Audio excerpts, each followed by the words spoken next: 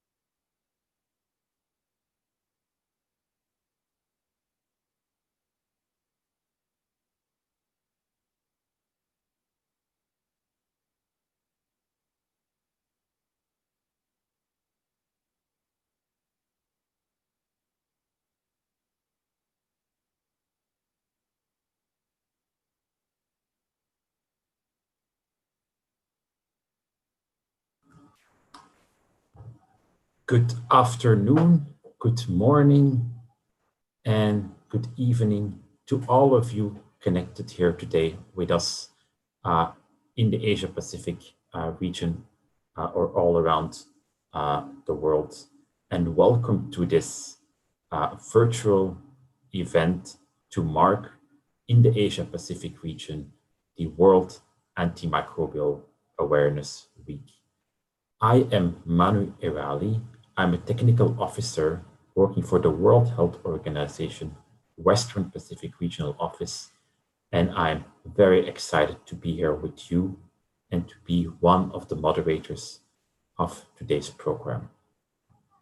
At first, I'd like to express my sincere thanks to my colleagues from the UN Environmental Program for the Asia Pacific region, the Food and Agriculture Organization of the United Nations Regional Office for the Asia Pacific region, as well as the regional representation of the OIE, World Animal Organization, as well as both WHO Western Pacific Regional Office, as well as WHO Southeast Asia Regional Office for being with us here today to mark this very important event.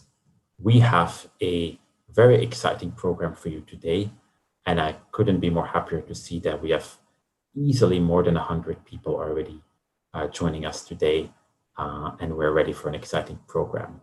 So if I may ask to pull up a few basic slides to help all of you connected here to orient us to the session today.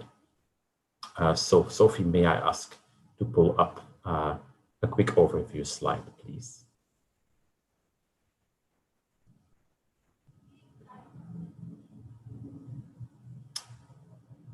Next slide, please.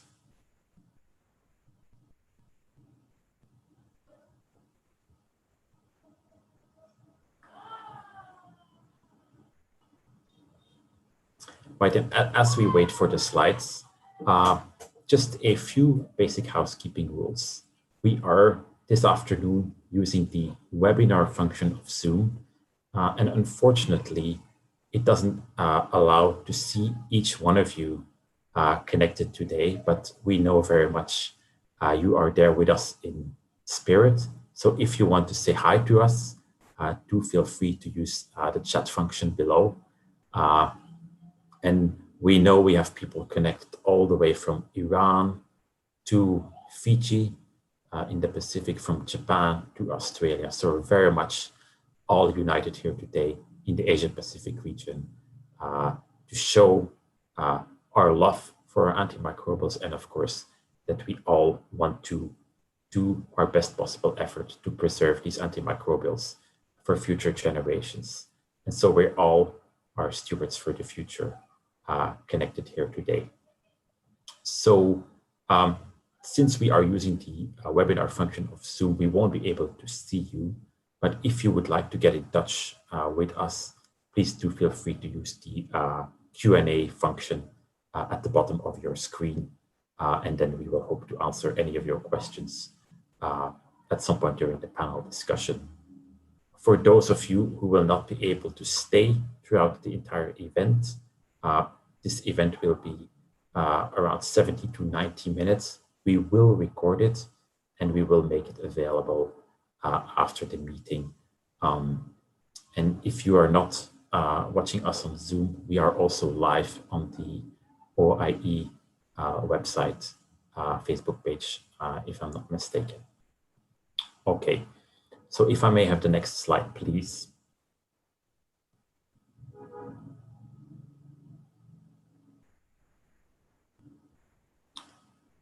Next slide, please. So on our next slide, I don't see it yet, but I'm pretty sure it will be coming up.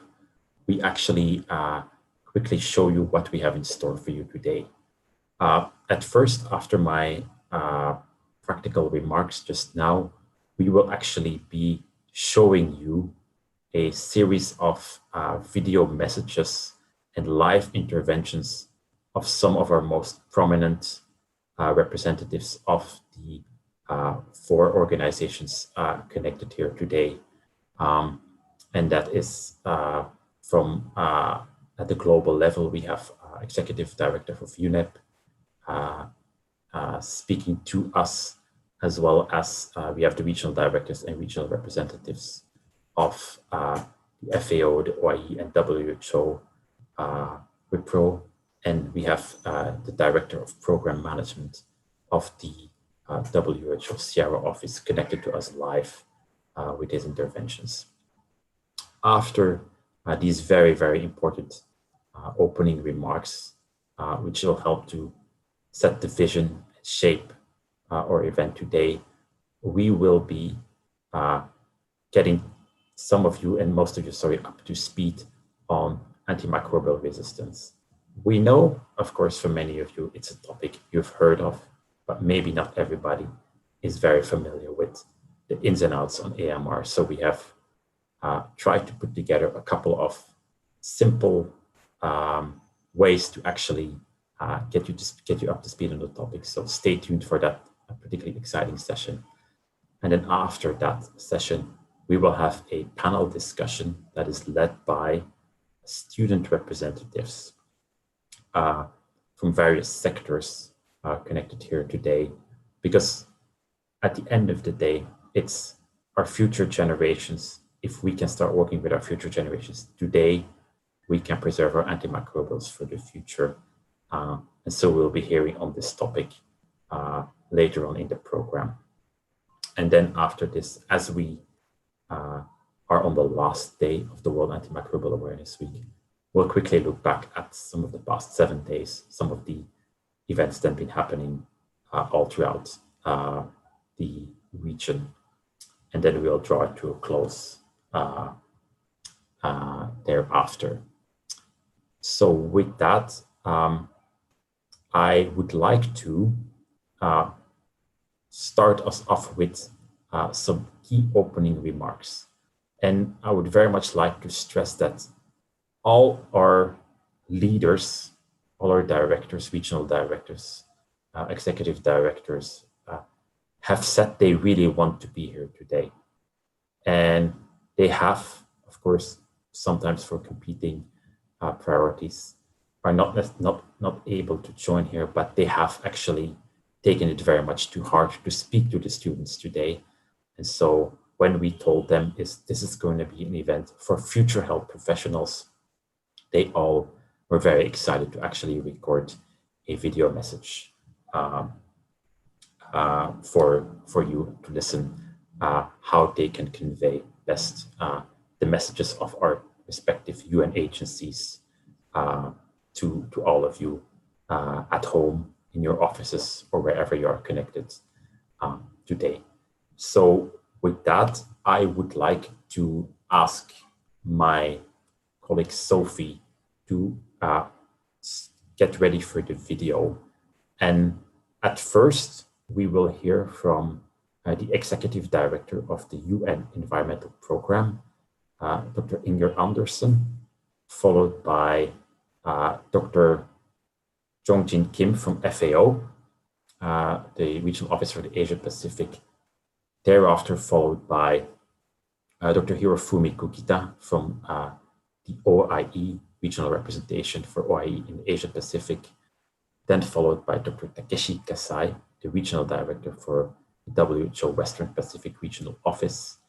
And then we are very honored to also have live with us the Director of Program Management, Dr.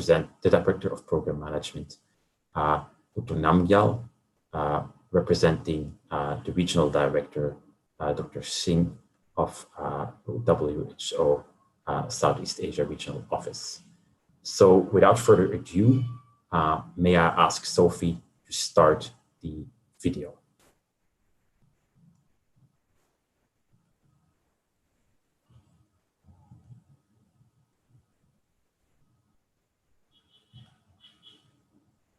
Antimicrobial resistance.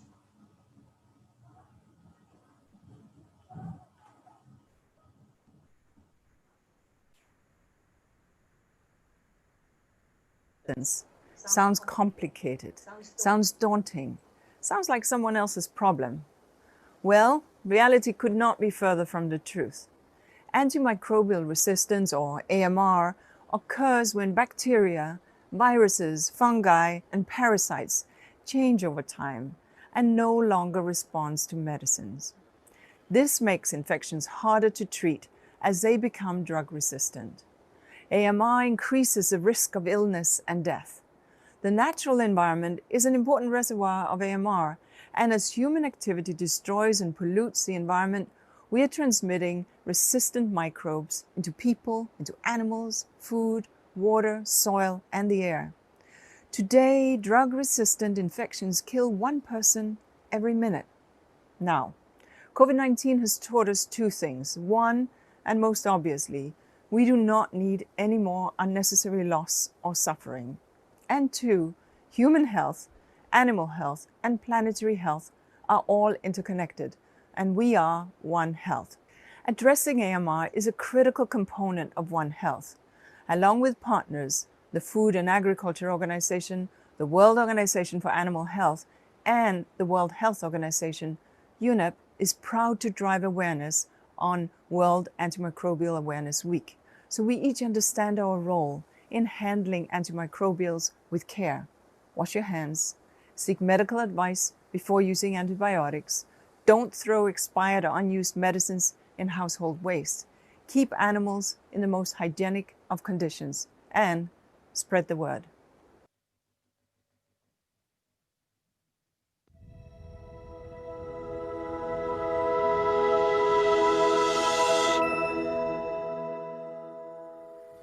Partners and colleagues, the coronavirus and the COVID-19 have presented serious health and livelihood challenges to people around the world, and particularly in this Asia and Pacific region. The discovery of the coronavirus late last year and its rapid spread globally is a reminder of how closely interlinked our human, animal, and the environmental, food, and agriculture sectors really are.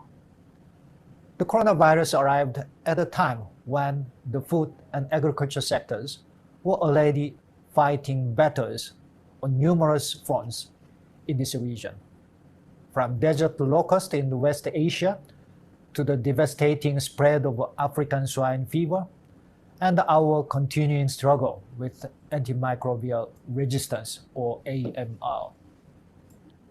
The response to the COVID-19 pandemic has further challenged our campaign to responsibly use antimicrobials.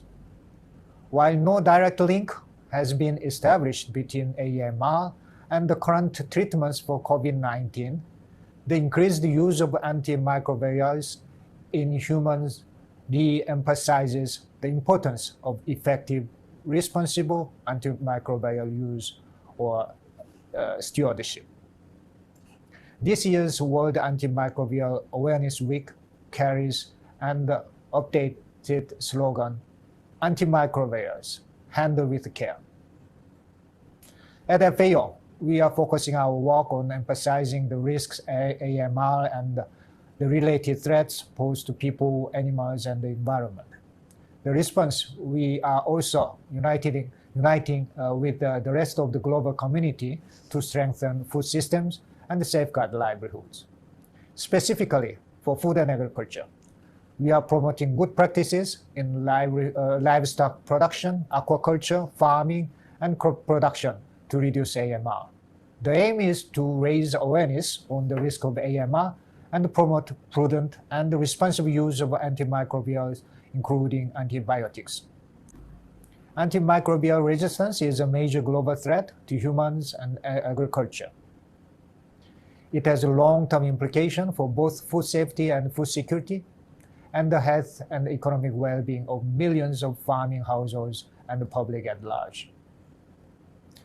And so, I call on all of you to please join us in creating a united front to mitigate the spread of AMR, which will help to improve the health of all living creatures.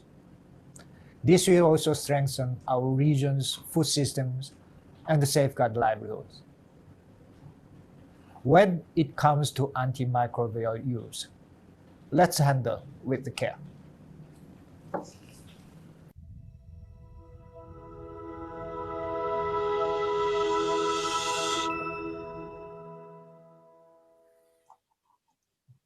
My name is Hirohumi Kugita, and I am regional representative for Asian Pacific for World Organization for Animal Health, OIE. AMR poses a great threat to the health of both animal and people in the Asian Pacific region. Now is the time to act against antimicrobial resistance. Inappropriate use of antimicrobials in human, animals, and environment have led to accelerated development of AMR. We all need to be stewards to use antimicrobial responsibly, following national and international standards of prescribing and only buying from authorized suppliers of antimicrobial agents.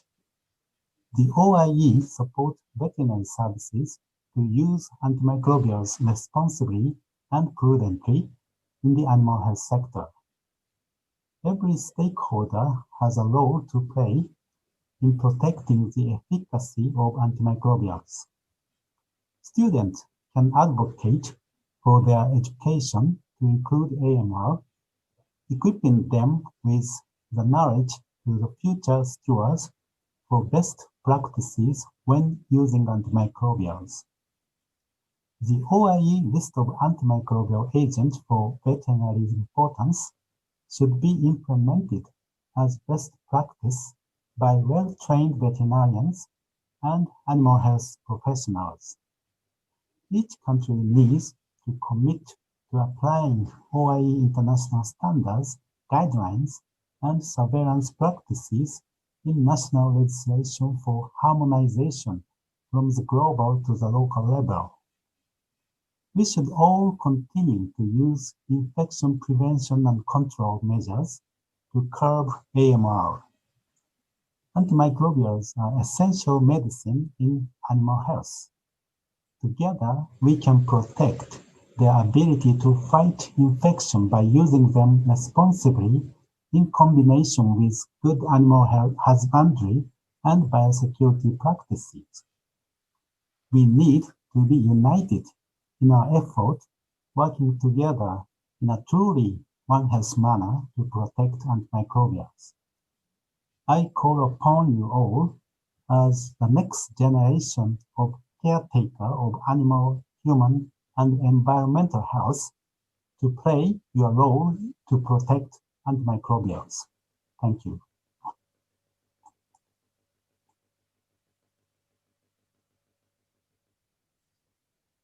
Hello, my name is Dr. Takeshi Kasai. I'm the World Health Organization Regional Director for the Western Pacific. It is Word Antimicrobial Awareness Week, and I want to talk to you about why we need to work together to tackle antimicrobial resistance.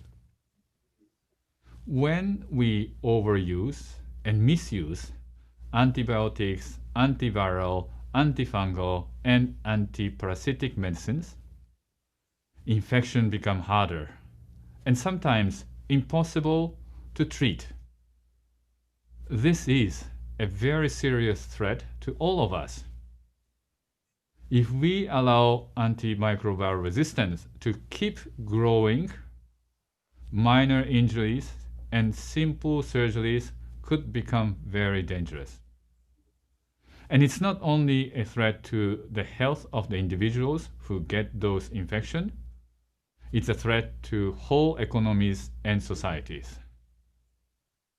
Our theme for this year's World Antimicrobial Awareness Week is Stewards for the Future. One region, one movement to fight antimicrobial resistance. Because all of us have a role to play in addressing this problem. The COVID-19 pandemic has highlighted the danger of antimicrobial resistance and the need to address it urgently. We're seeing reports of antibiotics being misused in the treatment of COVID-19 patients, and the patient in intensive care with COVID-19 who also have an infection that are resistant to treatment are much less likely to survive. Antimicrobial resistance will make the impact of diseases outbreaks such as COVID-19 worse if we don't act today. We must do everything possible to be antimicrobial stewards, pressing the effectiveness of antibiotics and other antimicrobial medicine. Some of the simplest ways we can do that is by getting vaccinated and keeping our hands and environments clean to prevent infection in the first place. COVID-19 has shown us that now more than ever, we need to stand together to stop antimicrobial resistance. We need a movement which brings people together to protect each other, future generation, from the very real threat of antimicrobial resistance. We thank all those stewards from the future who have already pledged to take action against antimicrobial resistance. We are inspired by your stories and actions you're taking to protect yourself and others. And we ask others to join us, whether you are a member of the public committed to doing your part to ensure we can treat infections today and in the future. A health professional practicing good hygiene and only dispensing antimicrobials when necessary. A farmer keeping the animals and crops healthy without the use of antimicrobials. Or a policymaker regulating the use of these vital tools for health and development. You are all helping to slow the spread of antimicrobial resistance.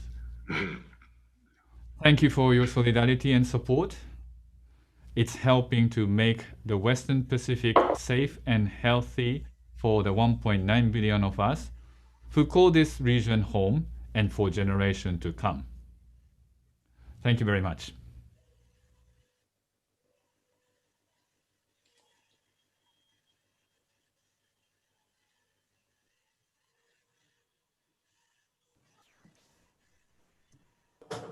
Dr. Namgyal, you may please go ahead. Okay, thank you. So I'm Dr. Pam Namgyal. I'm the Director of Program Management in WHO Southeast Asia Regional Office.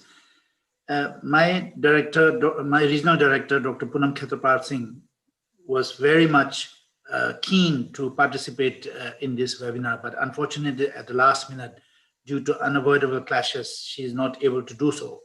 And therefore, I have the honor to deliver her message to you. Distinguished participants, ladies and gentlemen, it is a pleasure to speak with you today alongside my tripartite counterparts at the conclusion of this week-long advocacy event. Throughout the week, you have highlighted the staggering mortality that antimicrobial resistance is responsible for. You have underscored AMR's disastrous economic impact and the gross inefficiencies it continues to cause within the health system. You have recognized that the battle against AMR is essential to achieving access for all to quality healthcare without financial suffering.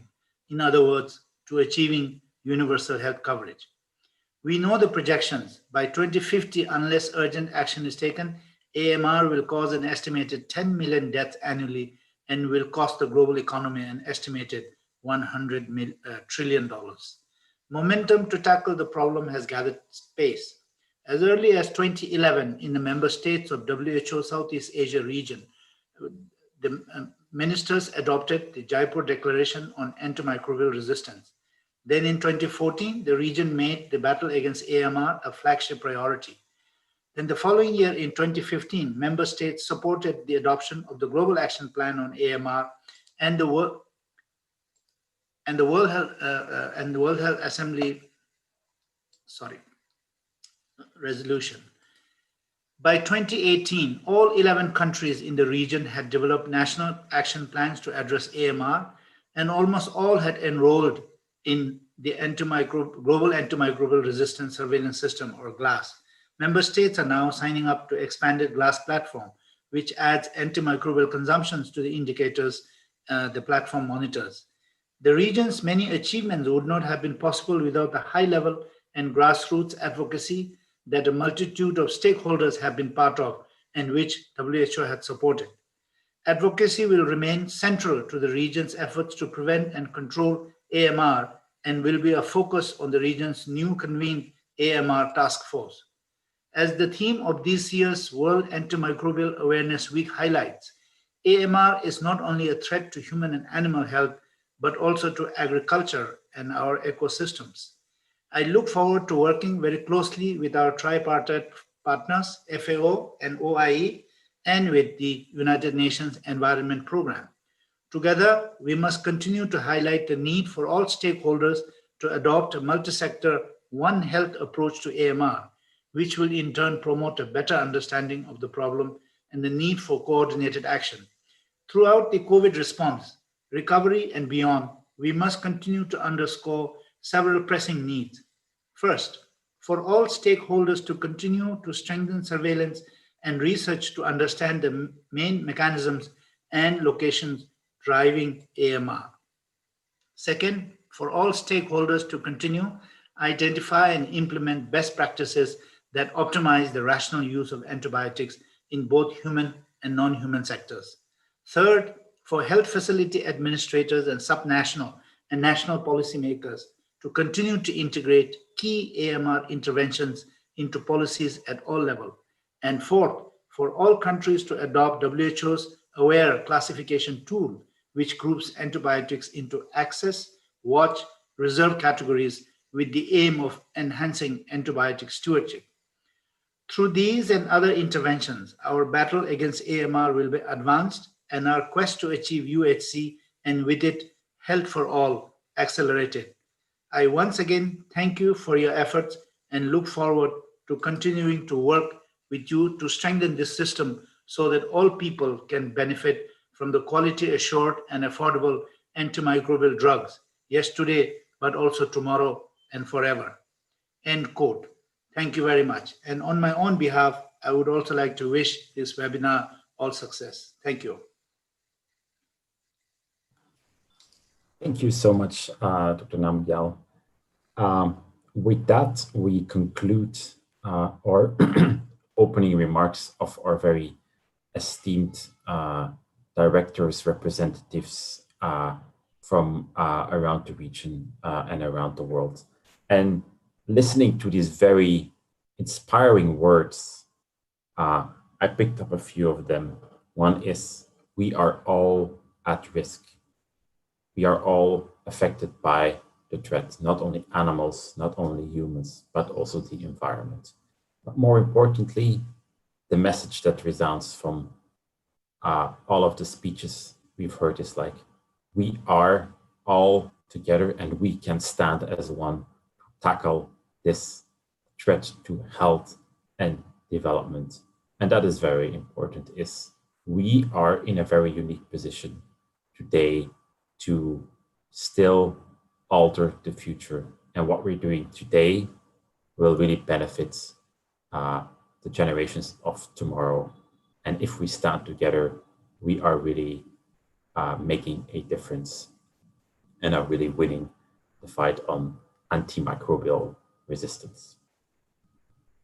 Okay.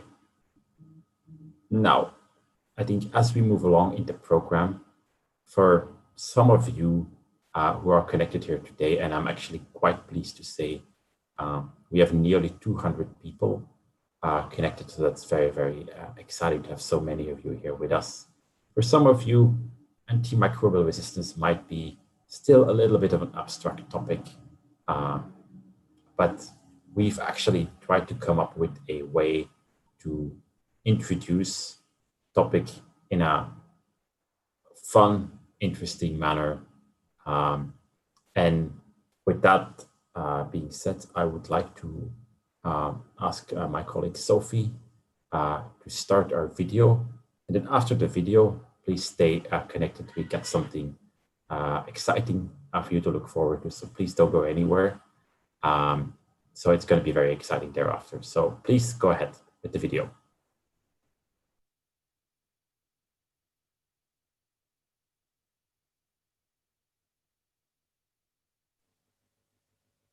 Once upon a time, the Earth was a huge playground for us bacteria.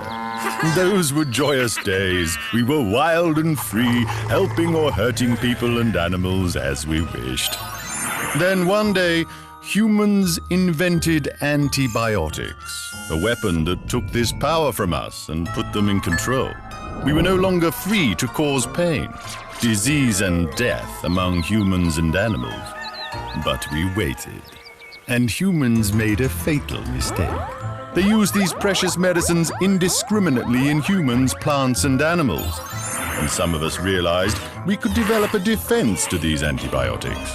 Humans call this phenomenon antimicrobial resistance. We call it taking back control. Now we, the disease-causing bacteria, can spread wider and faster where disorder, dirt, and disorganization reign. It's great for us when you have poor hygiene and don't use water and soap. We love when you flush your unused antibiotics down the sink or toilet. They join our already huge colonies in your wastewater and river systems and make us stronger. Poorly managed hospitals are good for us. In these places, we're free to multiply and become new ruthless killing machines. Antibiotics given to animals not to control or treat disease, but to make them grow faster, create new armies of bacteria that become increasingly resistant. The beautiful thing is that the simple contact between infected animals and humans can allow us to spread.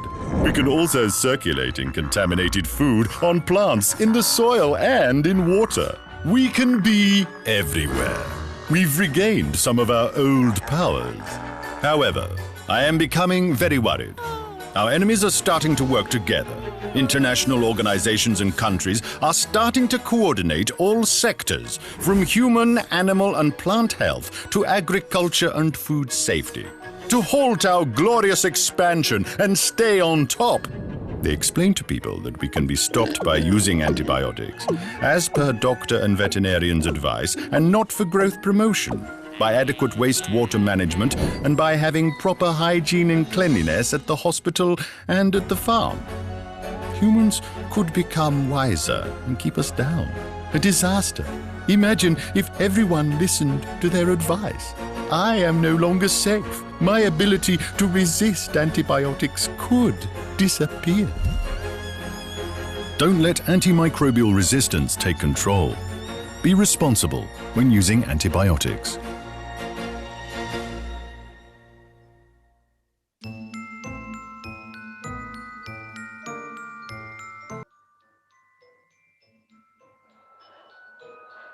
Yes, thank you so much, Manu. And then I'll take you to the next session where we can play together. And we also want to challenge you, the participants, to join with us on the AMR World Antimicrobial Awareness Week 2020 pop quiz. So for you, we saw now 196 participants. So we challenge you, the first 100 players, to join us in this game. So when you're connecting now with your laptop, you can use your phone to join us in this quiz. So you can go to kahoot.it, and then you can insert the game pin. Yes, I see there is a name. So we want to challenge you who are three best student or young professional in the region, know best about the AMR. So I'll wait in a couple of minutes. Okay, we have 50 now. Yes, we hope that the first 100 participants can join us. Okay, there is a Lisa Blackpink. I see lots of names from Indonesian. AMR fighter. Selena Gomez, welcome. Yep. We're having 45. Taylor Swift. Welcome, Barack Obama. Oh my God, it's so many famous people joining us in this quiz. Okay, I will wait maybe 15 seconds until we log and start the quiz.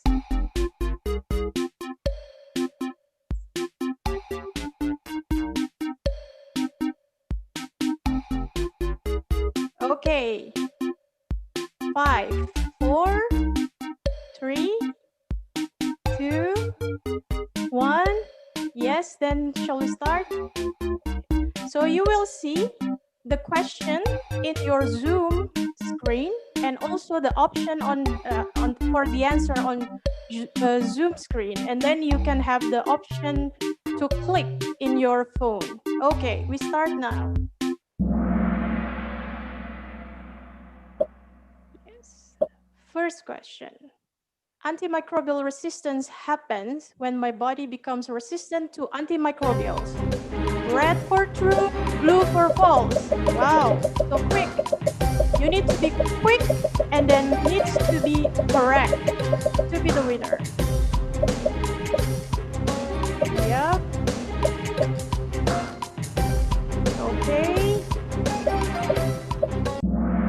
It's false. So it's not our body that becomes resistant, but it is the antimicrobial or bacteria that infecting our body that becomes resistant to antimicrobial. Okay, so who's the best? Kit Kat. Woohoo! Next question. I can help tackle antibiotic resistance if I first get antimicrobials from friends or unofficial source to treat sick animals, or keep animal vaccination update, use sanitation and good husbandry practice, or the yellow, stop using antimicrobials to treat my animal sickness. Okay, 47. Answer correct. Who's the winner? Oh, still Kit Kat and SS and sister. Okay, next. Yes, evidence to date suggests that what proportion of antibiotics consumed by human and animals are released in active form in the environment. 10%, 25, 50%, or 75%. Yep. 5, 4, 3, 2, 1. Yes, correct one is 50%, only 16%. Okay, do we have another winner? Still Kit Kat. Whoa. Yes, and then the last question. Which of the following statements about One Health is correct? So the first, many sectors communicate and work together, or joint approach to understand risk for human-animal ecosystem, or is interesting, fun, challenging, and common sense, or all of both? Yes, it's all of both. Thank you, David, for the question. Yes, so we will know who's the winner. The third, Kinduk. Whoa! FBB the second. And then who's the first? Yay! Okay, thank you so much for joining with us. I think you don't use your real name, so if you can put your real name in the chat box, we will congratulate you. Thank you so much. I'll give back to Manu.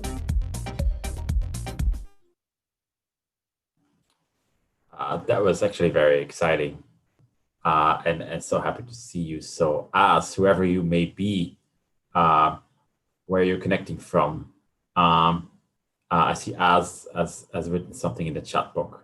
As Rina, I think is your real name. So very much congratulations from all of us.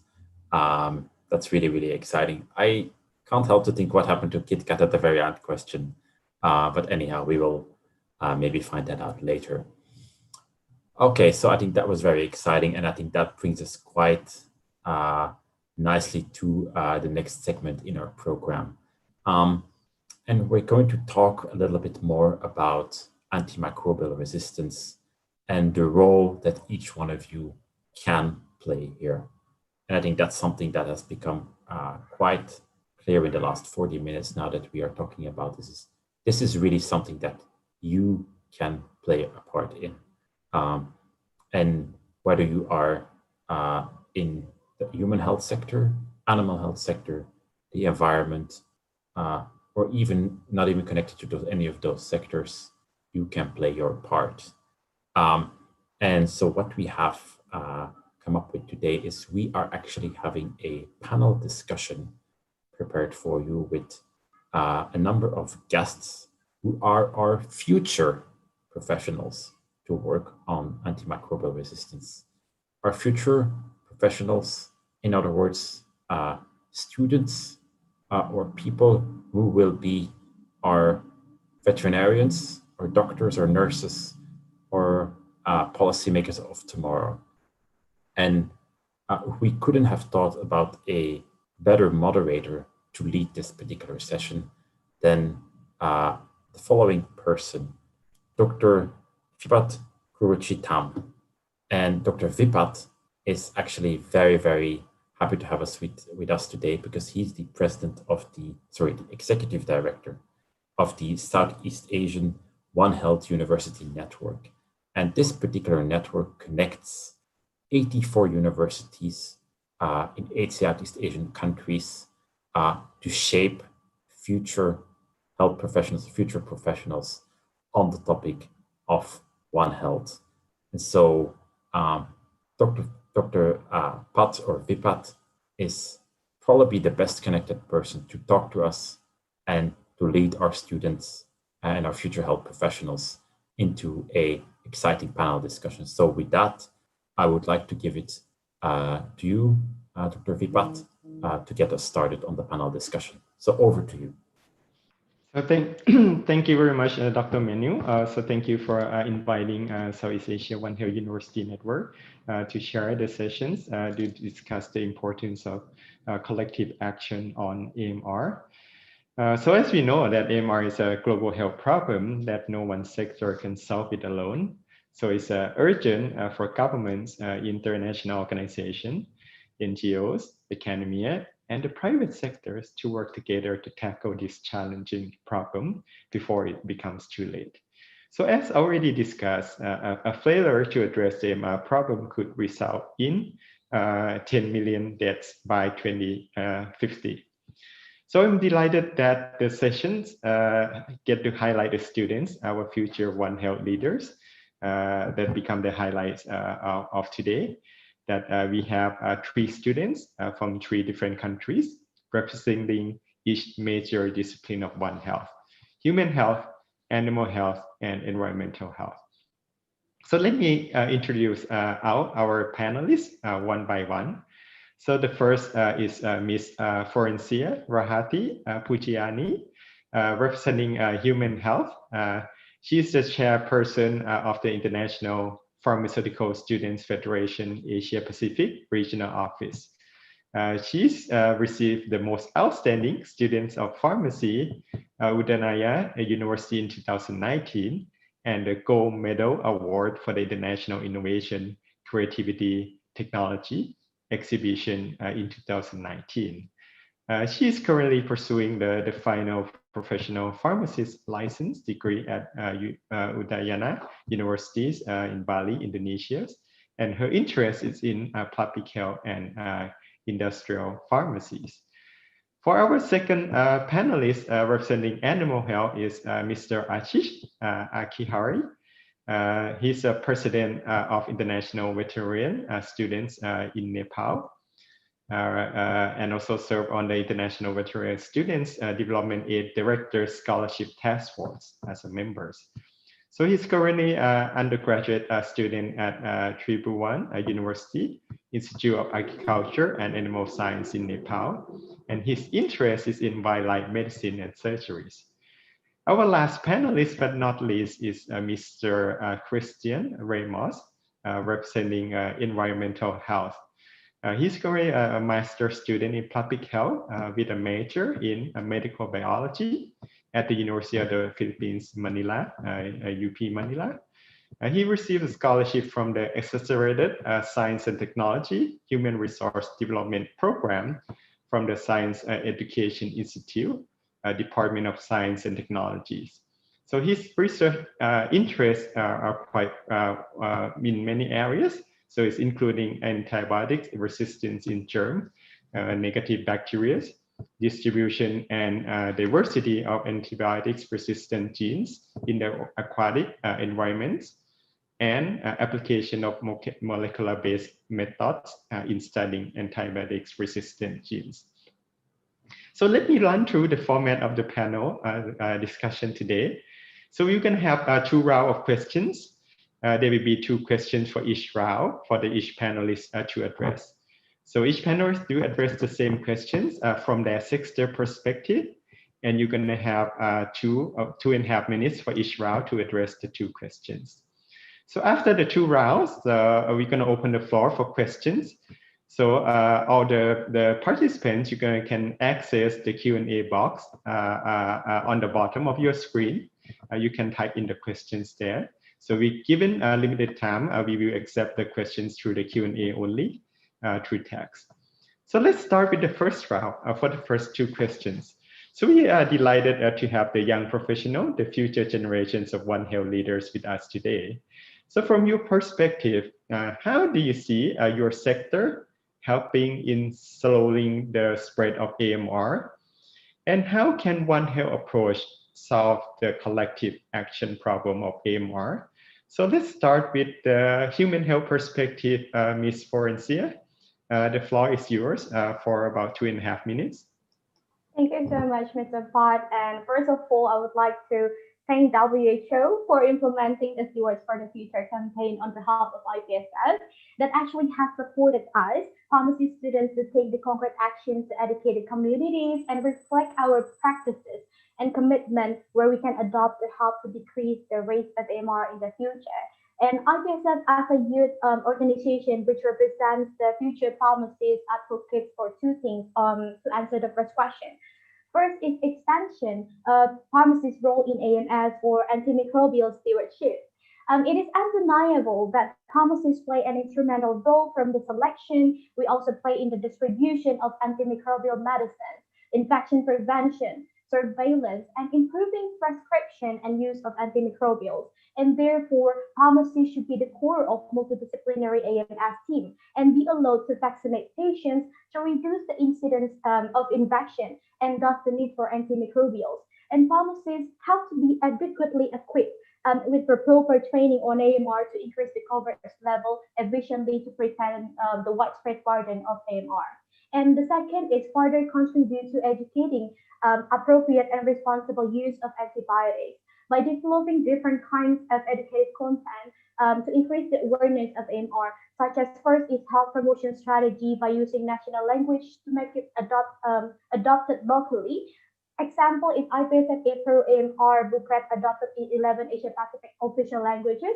In addition to IPSF advocacy toolkit to help our member countries to implement advocacy projects in country level. And secondly is for infection prevention education through Stewards for the Future campaign or through healthy life habits such as hand washing and hygiene for following the recent objective wash from WHO AMR action plan for their self-guide. And for the second question, AMR is a global health issue and also ecological problem. We can solve this issue with One Health by only first is understanding the interconnectedness between human, animal, and also environment health and improving the basic hygiene measures to help to stop infections as we share the living environment. Second is, I think we have to implement the interprofessional collaboration in our daily efforts, where we have to understand more about our own professional roles, limitations, and I think also active communication and transparency and mutual respect. And by using this holistic approach of One Health, we can recognize the challenges, solve them, and improve the lives. And one sector alone, as you said before, Mr. Pot, cannot overcome this issue. If universal health coverage stands for no one left behind and health for all, that applies to AMR sector as well. One Health does not mean that all sectors need to be involved in every aspect of dealing with AMR, but that all sectors together need to make sure that all aspects of AMR are addressed. Thank you, Mr. Pat. Back to you.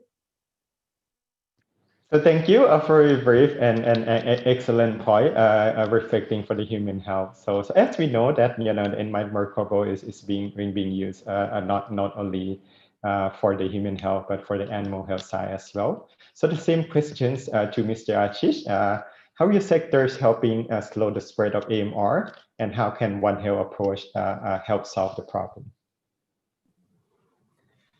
Thank you, Dr. Pat. I'd like to give a thank to OIE, FAO, UNIP, and WHO for this organization of this webinar. So going into the first question, it's like the other sectors, veterinary sectors also has been playing a huge part in this slowing down the spread of antimicrobial resistance. Actually, in the collaboration with the other sectors of One Health is the main thing it's doing, and we can do in the upcoming days also. So I think the main role is from the veterinary sector is in the prudent use of antibiotics in animals. We must keep in mind about the welfare activities for the animals, and the proper use of antibiotics is the main thing that the veterinarians can do actually. So there are cases of antibiotics that are used in the feed supplements also. Actually, they are used in the microbial infections, and then they are also used in the feed supplements. Many nations had banned it, but there are not labeling also. But actually, there's no any investigation. Such cases are also occurring in different countries also. So the transparency is also the another thing we must maintain in such cases. We must avoid using those feeds which uses those antibiotics. So we can go for the diagnostic approach and forget about the symptomatic treatment and use antibiotics specifically actually. So the veterinarians in my field can focus on biosecurity and promote the WAS concept actually. So the veterinary sectors also can pressurize and coordinate other governing bodies for the proper implementation of the international guidelines, and if not national guidelines also. So we as a veterinary students and then the practitioners can get involved in the steps of antimicrobial resistant stewardship and move our steps towards fighting AMR.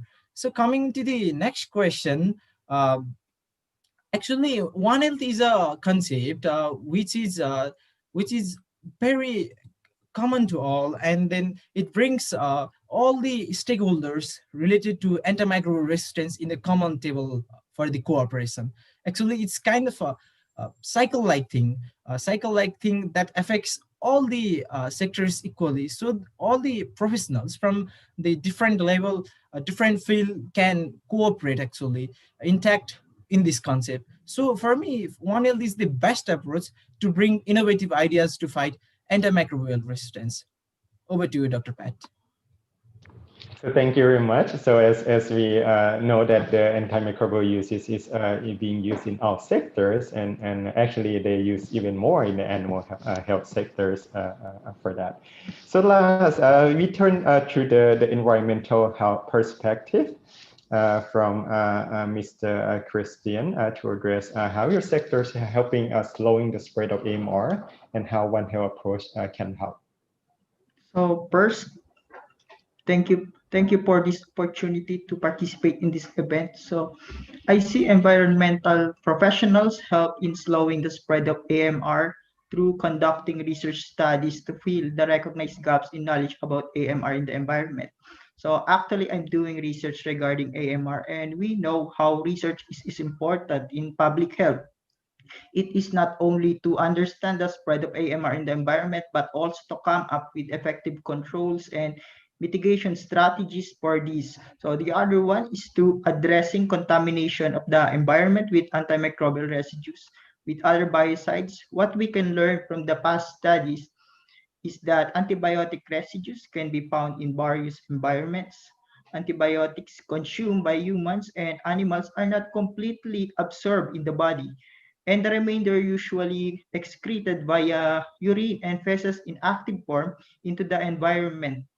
And this may create a condition for the environment to select antibiotic resistance. So moreover, co-selection with other biocides can also be occurred, such as detergent, disinfectants, heavy metals present in the environment. So the problem with AMR is about widespread occurrence of antibiotic-resistant bacteria and resistant genes everywhere, even in an environment with pristine condition. So in One Health, we also consider the health of the environment. Aside from human and animal health, we can solve AMR through improved water accessibility, sanitation, and hygiene. We recognize the role of the environment as a passageway in transmitting AMR among human and animal sectors. Fecal waste and wastewater in areas with poor sanitation and often defecation sites can be sources of bacteria, including AMR. So by improving water accessibility, sanitation, and hygiene, we can break the transmission. We can provide barriers between environment, human, and animals, limiting the spread of AMR and also the unnecessary interaction between pathogenic bacteria and environmental bacteria. And the other way is through provision of effective treatment system by water for wastewater and sewage. This is because of inadequate ability of conventional wastewater treatment plant to address the issue on antimicrobial resistance. We know that wastewater treatment plant and wastewater are recognized as hotspot of AMR, receiving waste outputs from different sectors. So if wastewater and sewage are not treated effectively, the pollutants of AMR may find their way into downstream environment through wastewater discharge, and that is contaminating the environment with AMR. So it is important to have effective wastewater treatment processes that can be an environmental barrier to halt the spread of AMR in the environment. That's all. All right, excellent. So as I emphasize on the research, that is a critical component to learn more about the antimicrobial resistance and how we can effectively treat it. So come to the second round. So there's 2 additional questions for each person. We're going to go another round for that. So how do you think that academia can help carry out and demonstrate One Health approach to slowing AMR? And what are the main messages about slowing AMR would you like to convey to the other sectors? So let's start with Ms. Florencia from the human health perspective. Thank you, Mr. Fai. You do so well.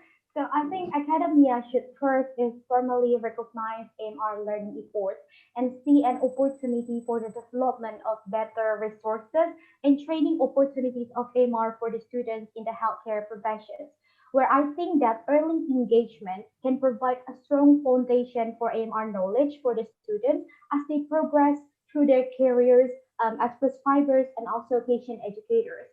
And this effort, I believe, it can also motivate multiple sectors to empower pharmacy students and future pharmacists about the importance and the needs of having veterinary pharmacies in the future. Second is they can strengthen these kinds of competences and knowledge by including AMR in the curricula through interprofessional education or IPE framework to achieve interprofessional collaboration and demonstrate One Health approaches. And I think that this will help to accelerate their adoption to cooperate together as healthcare professionals in the future to identify the issues critically, solve the problems accurately, and respect the roles on the issue. And through this kind of implementation, I believe that we can improve the content, delivery, uptake, and also scale up AMS or AMR education and identify the programs that can actually benefit our resources, especially the youth, to help in taking the actions to control the widespread use of AMR. And I think we need to remember that it is better to start later rather than nothing at all. It is an emergency call. It is also a critical issue. And I hope that academia that are watching right now, they can consider it's always better to have a well-prepared youth for the future that has already good foundation on the systematic and dynamic thinking to create the actions that is not just made by a theory, but also the practices of problem solving to save the lives of people, animal, and environment in the future.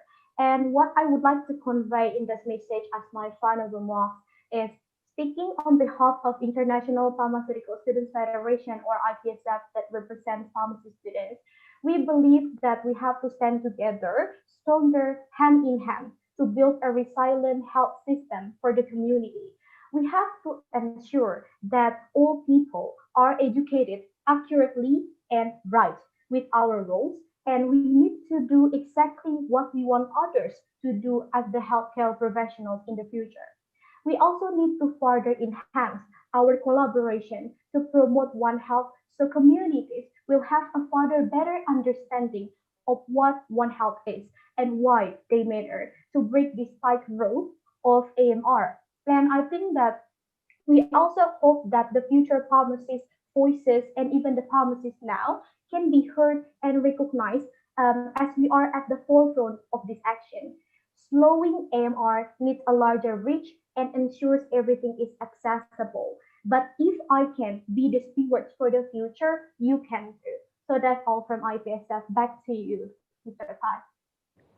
Thank you very passionate remark. So appreciate that. So turn to Mr. Atish to address the same 2 questions from the animal health perspective. How academia can help and what are your key main messages to slowing the AMR? Thank you, Dr. Pat. Actually, academia in the sense we can increase networking during our learning process also, which helps in collaboration in One Health approach. So educating stakeholders, all the related stakeholders about antimicrobial resistance and developing a feeling of responsibility. It's a main thing, which is the first and foremost way to combat antimicrobial resistance. Actually, it's a main part of antimicrobial stewardship, but it should be timely, efficient, high quality, sustainable, and cost effective. So in the academics also, we can do research works for the development of new antimicrobials. Actually, resistance it's a general natural phenomenon.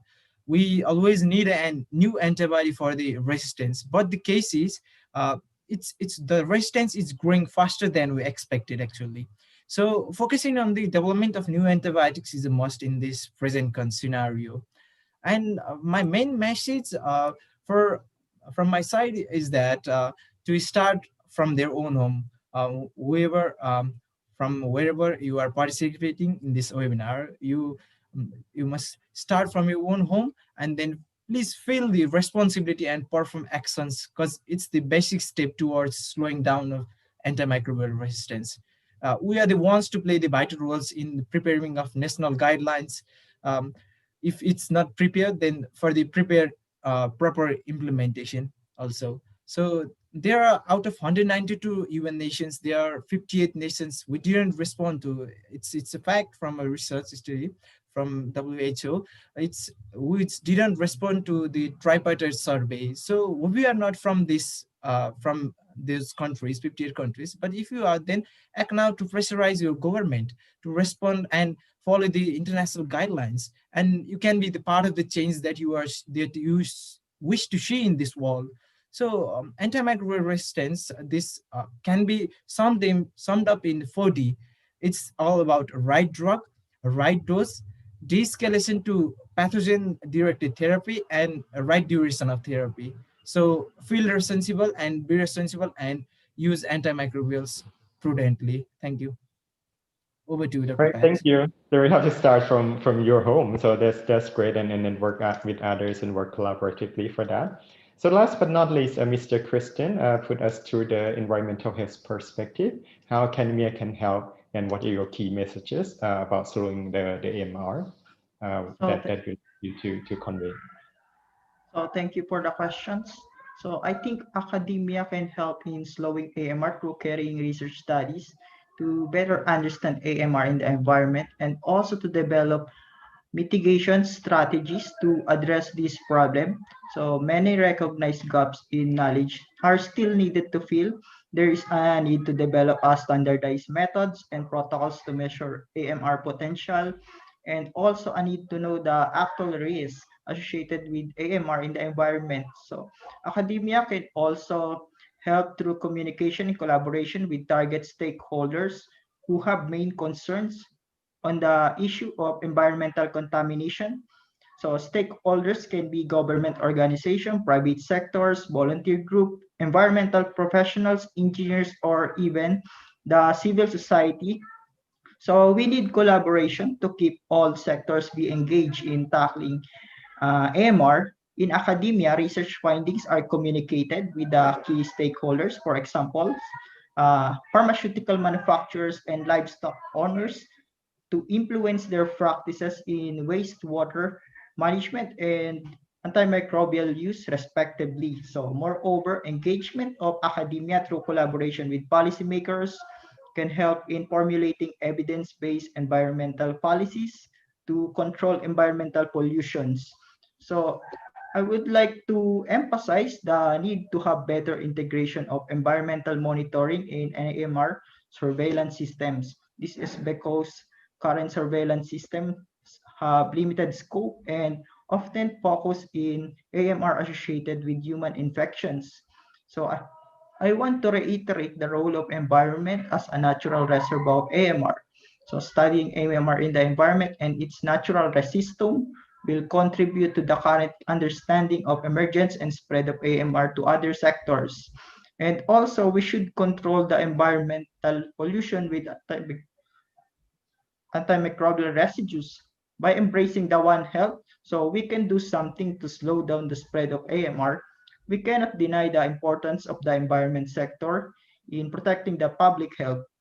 So here we have environmental health professionals that monitors food safety from farm to table. They are also responsible for vector or vermin monitoring as well as chemical and microbial pollution of the land, water, and air. Now we have described antimicrobial resistance as a perfect example of One Health issue.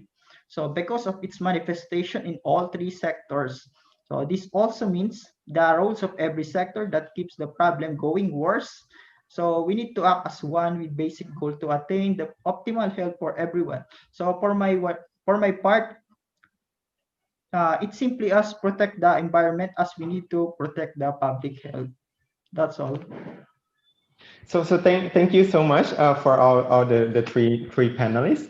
Since we are already tight for time, we encourage all their attendees, participants, to put their questions in Q&A. And we have a team, panel member all from the technical experts from the tripartite, plus UNEP, as well as our panelists can address that through chat. But let us move on. So let's give a hand of applause to all the panelists first. And then let's move to the next one is to have the feedback on the panel discussions on behalf of the tripartite plus UNEP group.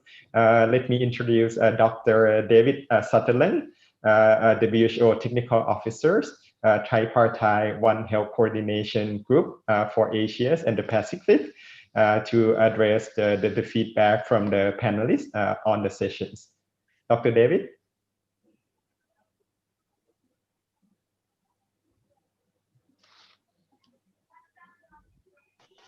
Sorry, David, microphone, please. Yep, please unmute your microphone. Can you hear me now? Yes, go ahead. Okay, great. Thanks very much, Pat. Thanks to you for chairing, and also to the panelists for an engaging session. And just again to say that if anyone has any questions, please put in the Q&A box, and our representatives from the tripartite will be happy to answer your questions again through chat. So it was very good to hear the views of those who will be responsible for taking on the One Health and the AMR challenge now and into the future. I was in contact with the panelists before today, and based on their written answers, I did a quick word cloud of the panelist responses, and it was good to see representation of words such as slowing, can, spread, message, demonstrate, interprofessional, and collective. All very positive, can-do, multi-sectoral messages.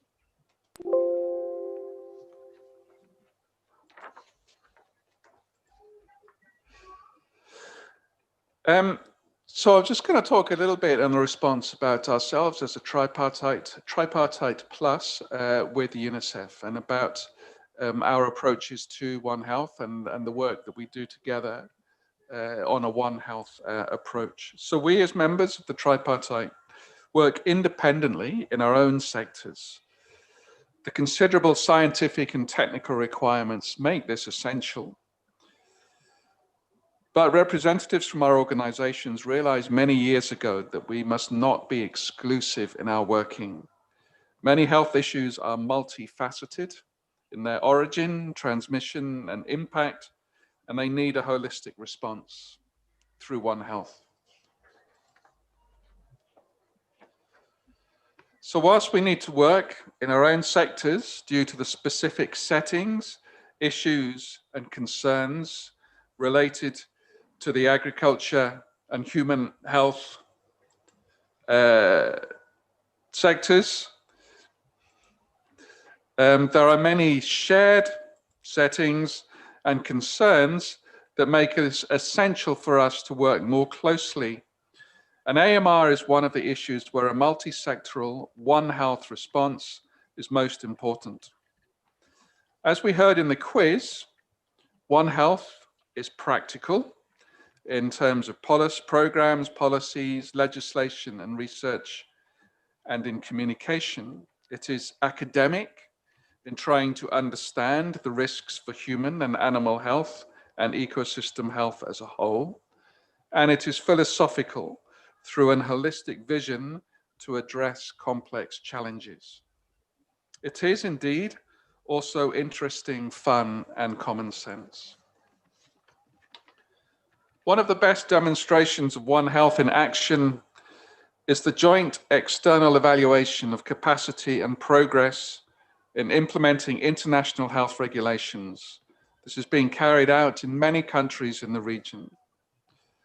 This exercise is completely voluntary on the part of the countries and is truly multi-sectoral in its approach, planning, execution, and reporting, and covers a multitude of health issues, including AMR. This table at the bottom of the slide represents a summary of the JEE's assessment of capacity to respond to AMR crises in many countries within the region. And you can see there is much to be done. The reports, which are available on the WHO website, goes into much more detail.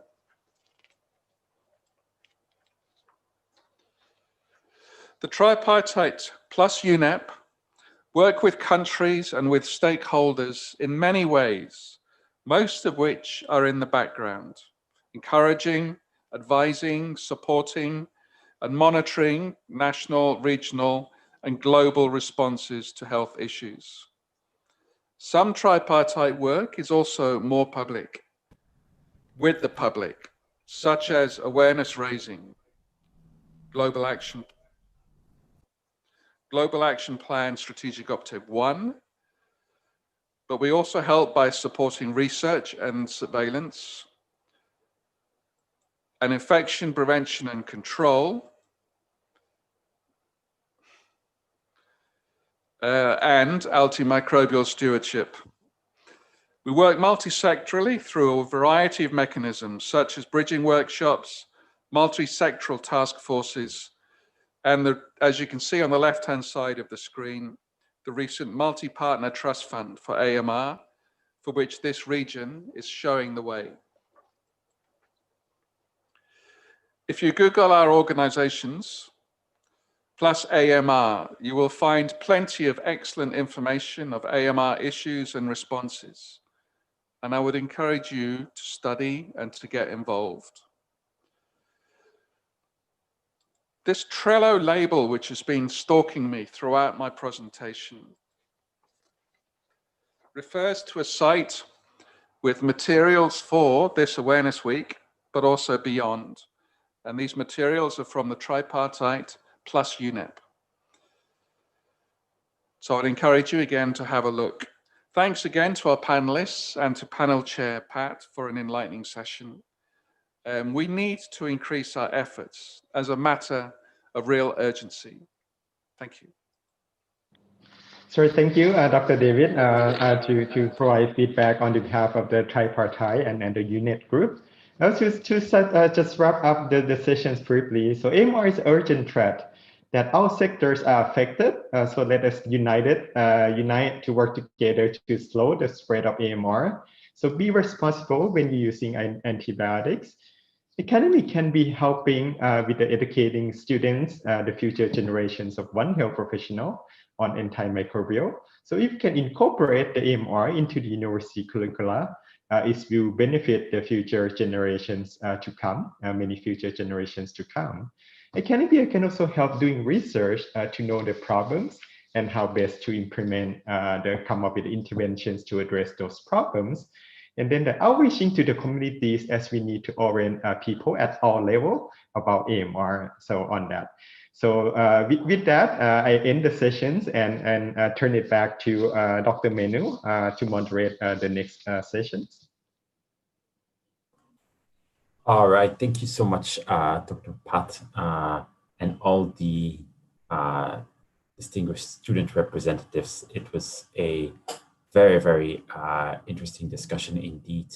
And I think you really summarized it very, very nicely, Dr. Pat, that we are in all of this together and that One Health is the way forward, is the solution to solve our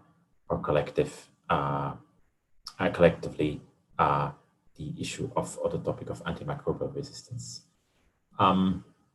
We have still about 10 more minutes to go, and we would like, of course, to make sure that each of you can get on with your day-to-day activities as planned. So we will speed up a little bit the very last part, but nonetheless, I think do stay with us. We have something very exciting at the very, very end.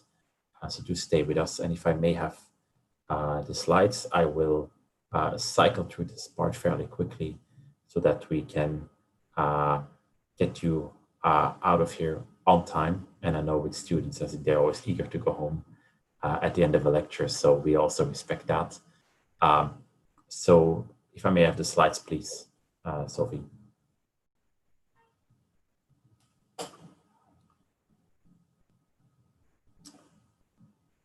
Right. Basically, in the next few minutes or so, we will actually share a little bit some of the exciting initiatives and activities that have been happening all around the region in the past 7 days to mark this World Antimicrobial Awareness Week. And I'm very pleased to say that pretty much in every single country that you represent, there has been an activity, whether that's led by students, by governments, universities, professional associations. There has been an activity, and this really shows the depth of the work that is now really gaining steam in the fight on AMR. And so just flashing on the screen here, a couple of activities, looking at Mongolia, where we know that antimicrobial consumption is very high. They have now put on their awareness raising materials in the local language, which we know will help a tremendous amount to communicate our key messages. We've also seen exciting activities over in Thailand, where we know that the One Health approach has been really part and parcel of the work of the country to address the topic on AMR. That's been a truly, truly exciting activities with many, many stakeholders involved from all around the countries. And of course, we've also seen that COVID-19 has been very much at the forefront in some of the campaigns. And there's lots of activities and awareness raising materials that now link AMR to COVID-19. If you haven't seen those, we will obviously make sure we share them with our distinguished panelists and all our guests. If I may have the next slide. And so, of course, what we've also seen, of course, is really the emergence of all our virtual events. And I can only roughly guess, but thousands and thousands of people have connected throughout the week to various webinars, rallies, events, of course, because they couldn't attend in person. And some events, yes, were canceled because of the risk of COVID-19, but overwhelmingly, we see that virtually we can connect, we can be together, and we can still, even if we are sitting at home, contribute to the fight on AMR. And that has been really, really very exciting to see that all throughout the region. And of course, today is the prime example of all of us being connected here virtually, whether you are from the veterinary side, the human health side, or environmental health side. We're all in this together. And we would very much like to thank each and every panelist, speaker, attendee who has spent 5-10 minutes of their time this week to be part of various webinars, particularly also highlighting a webinar that was organized by our FAO colleagues on biosecurity, working related to food systems together with our colleagues from FAVA. Also like to highlight awareness that has been raised by the UN Environmental Programme. For them, it is still very much a new activity, and it's great to see them joining the fight so strongly. Also highlighting very much activities by the OIE, who have also organized a series of webinars, and our colleagues in WHO, CRO, have also produced more materials during the Awareness Week, and also my own colleagues at the WHO Wipro over. So can I have the next slide, please? Yes, and this highlights further that also in large countries like China, we now see, for example, that it's the environmental health, the animal health sector, and the human health sector that are joining hands, that are really working together on AMR. And working together on AMR, it might seem often an easy thing to do, but we all know that working together does require sometimes to overcome some hurdles. And it is extremely encouraging to see that in more and more countries around the region, your leaders yourselves are reaching out to people in other sectors and are joining the fight on AMR. That's really, really exciting to see. Next slide, please. And of course, particularly, I also like to highlight the idea of the AMR movement. Now, this AMR movement is actually quite essential to everything that we have heard here today. Is like, we need to be in this together, and we are in this together. And what is more important for us than to be together is to really be able to connect.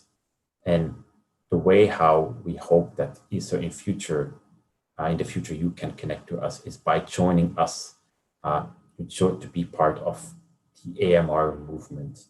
And this is a movement that we are hoping to create all across the Asia Pacific region, with the idea that, like, together, each in your sector, you can play your part, but together we are winning the fight on AMR. And what better way is there to join the AMR movement than to actually join us in pledging to fight antimicrobial resistance? And you can do that at the link that will be shown in the following slide. And you can pledge from wherever you are around the region. And in the near future, we will make this pledge, the map, particularly available to make sure that all of your voices are represented in the different countries. You can already pledge from all of your countries, and we just will make sure that all the pledges will be reflected throughout the next coming weeks and months. So please do join us for that on the link that is shown on the next slide, Sophie. And so the link is join the movement at pledge.antibioticawarenessweek.org. And at the moment, we have nearly 200,000 people that have pledged from all across the region, which is a very, very exciting number. But okay, so we are getting to the end of the panel, sorry, at the end of the session, and I did promise for us to end with a bang. And so I will ask actually Sophie to start the video, because we prepared something small, exciting for you. And we have been in touch with our colleagues from the National University of Singapore, who've actually created a comic book on the fight on AMR. So if you have time, get a chance to buy a copy or read a copy of that comic book on AMR. But because of COVID-19, National University of Singapore has also worked on a video, which we want to show you today. And that is a video that actually highlights a little bit what's in the comic book. So do make sure to go and check it out. And then after the video, we'll quickly say goodbye and a few thank yous to all of us involved here today. So please play the video.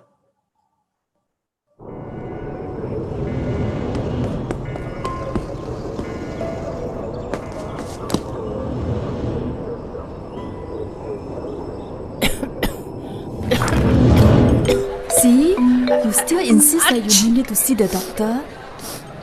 Nah.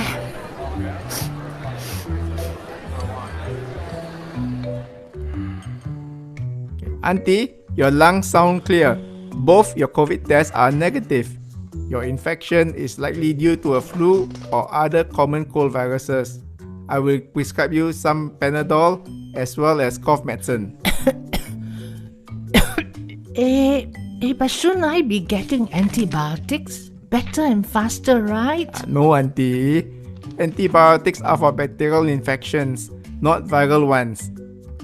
Speaking of antibiotics, my son got these antibiotics coming at school. Is it true that we are facing a post-antibiotic apocalyptic future? Hey, the doctor is supposed to cure me, not read comics. This week is World Antimicrobial Awareness Week. The misuse of antibiotics is making bacteria resistant to them. This will make current antibiotics less effective over time. It is also difficult and expensive to develop new antibiotics. As a result, new treatments will cost more and be less accessible. Those who are less well off, especially in the lower income countries, will be affected most.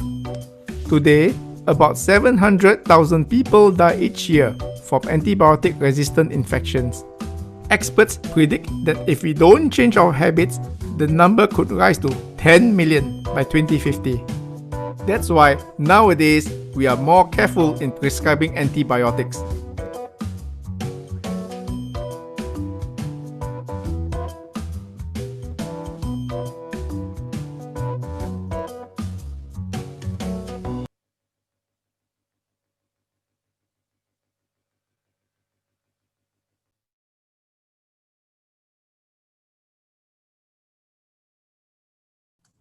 I believe the video has come to an end, so please do make sure to check out that video. We will be putting it in the comments box and share with you later.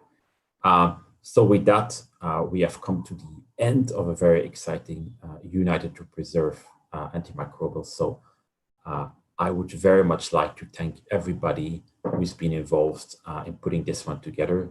And of course, in the first place, everybody who is still is on the line, and many more people who have left us already. Thank you so much for joining us today. It was a very exciting session, and this has been a conversation starter for us. So we will actually find ways and want to discover ways to get more involved with you, to work with each and one of you, your organizations, your networks, to help spread the word on AMR. And so with that, I'd like to thank, in no particular order, some people from FAO, OIE, UNEP, as well as WHO, Wipro and Sierra. So thank you, Jim, Joy, Sophie, Ashish, Asako, Christian, David, Florencia, Katinka, Lisa. We say very much thank you. Good afternoon, good night, good morning. I hope you had a great time, and hope to see you on any of our future events. Hopefully, if COVID permits in the future in real life, but if not, we'll continue to connect virtually. So with that, thank you, goodbye, and hope to see you soon. Warm regards from all of us, from WHO again, FAO, OIE, and UNEP. Bye-bye.